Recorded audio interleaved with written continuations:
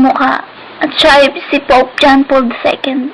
Sinabi ng Panginoon na, "Tingnan mo anak, ang isang papa ay naririto dahil sa kanyang hindi pagsisisi. Walang makasalanan, walang taong sumasamba sa anito, walang sakim at sinungaling ang magmamana sa aking kaharian." Oo, marami siyang bagay na nasabi, ngunit kailanman hindi niya sinabi ang totoo. Kahit alam niya ang katotohanan, pinili niya pa rin ang pera kahit siya ay nangangaral sa mga tao. Hindi niya sinabi sa mga tao na totoo ang impyerno at langit, at ngayon siya ay naririto.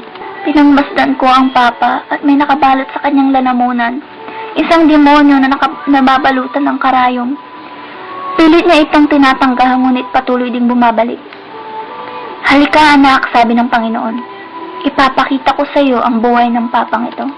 Pinakita ng Diyos ang buhay ni John Paul at nakita ko kung paano siya mahalin ng mga tao. Iniidolo siya ng mga tao imbis ng Panginoon. At sinabi ng Panginoon na napakaraming tao na hahatak ng papa na akala nila sila'y maliligtas nito. Ngunit sinabi ng Panginoon na walang sino man ang makakapagligtas sa isang tao kung hindi siya, wala ng iba.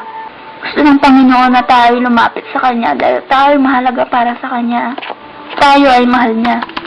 Pinakita ng Panginoon ang lugar kung saan maraming taong naglalakad papunta sa impyerno. Maraming tao na naglalakad papunta sa lagusan na may kadena sa paa at nakasuot na itim na damit. At habang pinagmamasdan ang mga ito, nakita ko ang dalawa kong pinsan na naglalakad papunta sa lugar na yon. At sinabi kong, "Panginoon, papunta dito ang aking pamilya." At sinabi ni Jesus, "Anak, ang mga taong nakikita mo ay mga taong hindi ako kilala, at ang dala-dala nila ay ang kanilang kasalanan.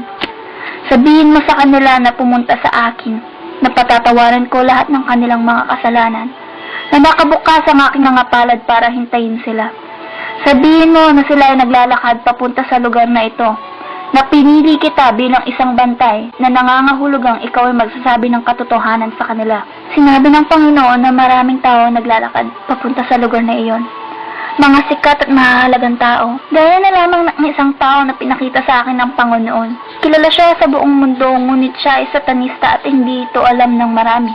Nakipagkasundo siya sa demonyo upang makamit ang kasikatan, ang katanyagan. Ang kanyang galaw kung paano sumayaw, yun ang nakita ko kung paano maglakad ang mga demonyo sa impyerno habang pinahihirapan ng mga tao.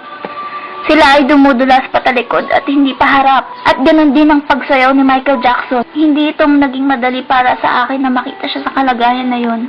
Ang sabi ng Panginoon, na kung sino man ang nakikinig o kinakanta at humahanga kay Michael Jackson ay isang patibong na demonyo upang ikaw ay mapunta rin sa impyerno.